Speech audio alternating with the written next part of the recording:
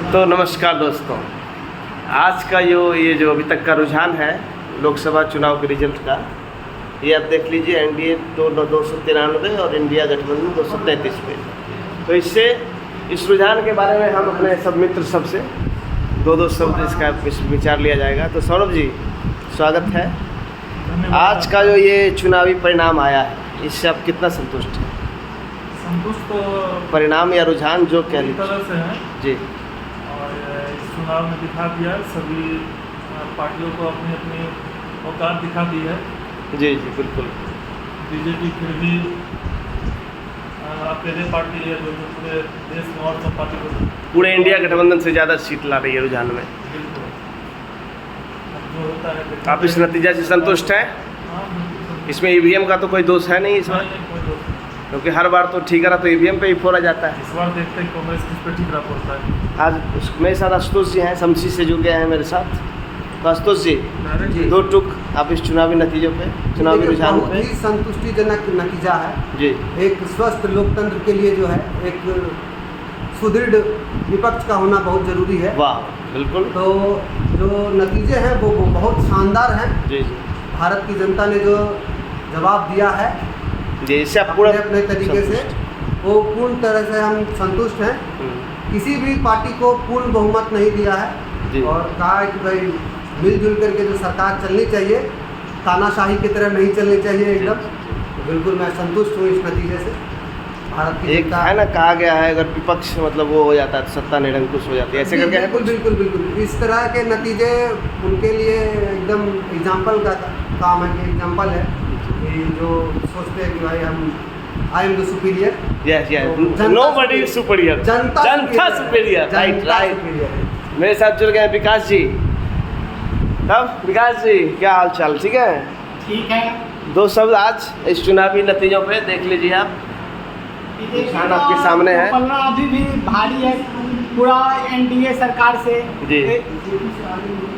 लेकिन फिर भी बीजेपी का जो उसका उम्मीद था उससे वे खड़े नहीं उतर पाए हैं जी। इसका मूल कारण है वे 5 साल से उनकी जो तानाशाही सरकार चल रही थी जी। जिसके कारण जनता ने उसे थोड़ा रोका है। लेकिन सरकार तो बीजेपी का ही बनने वाली है।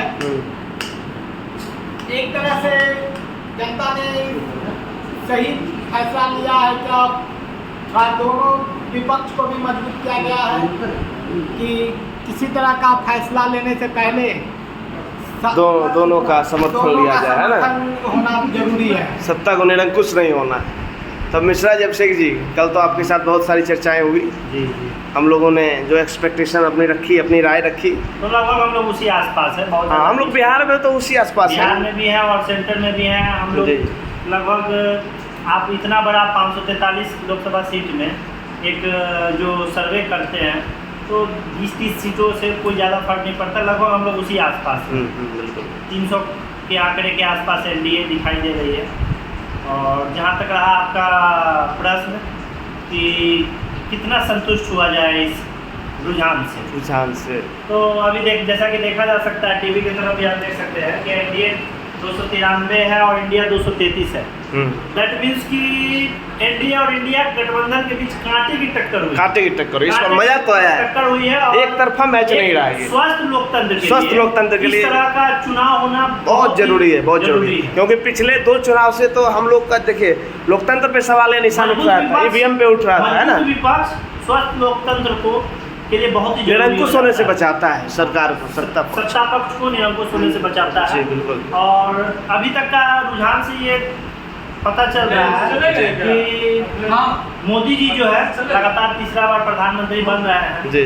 और बीजेपी भी कहीं ना कहीं बाकी पार्टियों की तुलना में बहुत अच्छा प्रदर्शन की है, सबसे बड़ी पार्टी बन के सामने आई है। इसको आप क्या प्रदर्शन बोलिएगा? पिछले चुनाव की अपेक्षा इस चुनाव में तो बहुत सारा देखा गया है सीटों में कमी। मैं बीजेपी का तुलना अभी इंडिया गठबंधन के तमाम उन पार्टियों से कर रहा हूँ जो एक बात बताइए, बैठ नहीं पाती है। एक बात बताइए, उनको जोड़ के देखिए आप, 233 सीट पे इंडिया गठबंधन का टोटल अभी रुझान में दिखा रहा है, जबकि बीजेपी 240 के आसपास है। तो अकेले इंडिया गठबंधन की सारी पार्टियां एक तरफ बीजेपी, तो कहीं ना कहीं बीजेपी बहुत बड़ी पार्टी बन के सामने आई है।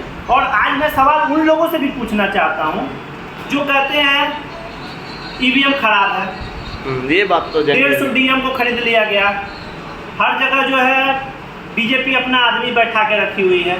आज का चुनाव जो है उन सारे लोगों के मुंह पर तमाचा है। चलिए, मैं आपके इस संविधान की धज्जियां उड़ाते हैं, लोकतंत्र की धज्जियां उड़ाते हैं, साथ में चुनाव आयोग और चुनाव संपन्न करने में जो तमाम लोग भागीदार होते हैं सबका मजाक बनाते हैं। तो विपक्ष को मैं बस ये कहूँगा कि आप अपने गलतियों को स्वीकारें। आप जिस तरीक़ा से आज पहले से आज बढ़त में है और आगे जाइएगा, आप अपनी गलतियों को सुधारें। और सत्ता पक्ष के लिए एक बात कहूँगा कि अगर आपका डिक्लाइन हुआ है तो कहीं ना कहीं आपके इस 5 साल में जनता ने कुछ ना कुछ कमी देखा है जिस कारण से आप डिक्लाइन हुआ। तो कमियों को दूर करना चाहिए, झाँकना चाहिए, एक दूसरे पर टीका टिप्पणी करने से बचना चाहिए और ये जो है सो जनता का फैसला है, इसको स्वीकार करना चाहिए। और कोई सवाल? तो मेरे साथ विकास जी हैं, तो विकास जी क्या लगता है मोदी सरकार का जो लहर था पिछले 2 लोकसभा चुनाव से, इस बार उसमें कमी दिख रहा है आपको?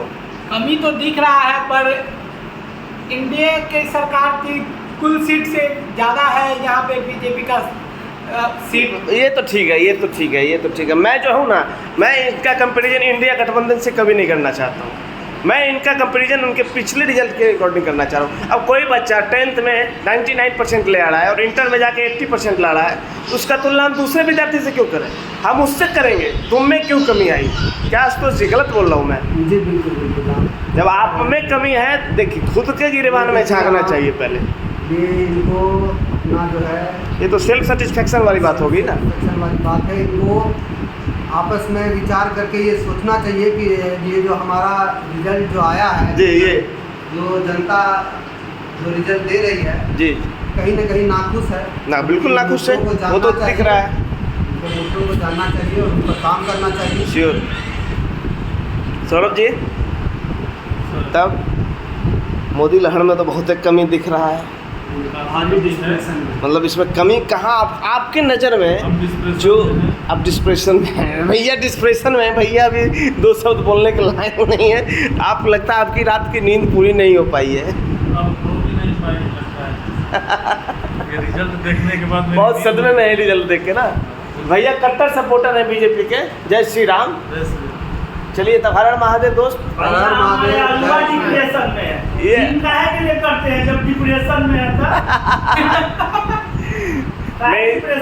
डिप्रेशन में मत रहिए और डिस्प्रेशन में भी मत रहिए। मैं तो ये कहूँगा, लीची खाते समय तो पिलुआ सहित लीची खा रहे हैं, लीची खाते समय पिलुआ सहित खा रहे हैं। चलिए ठीक है, धन्यवाद, बाय बाय।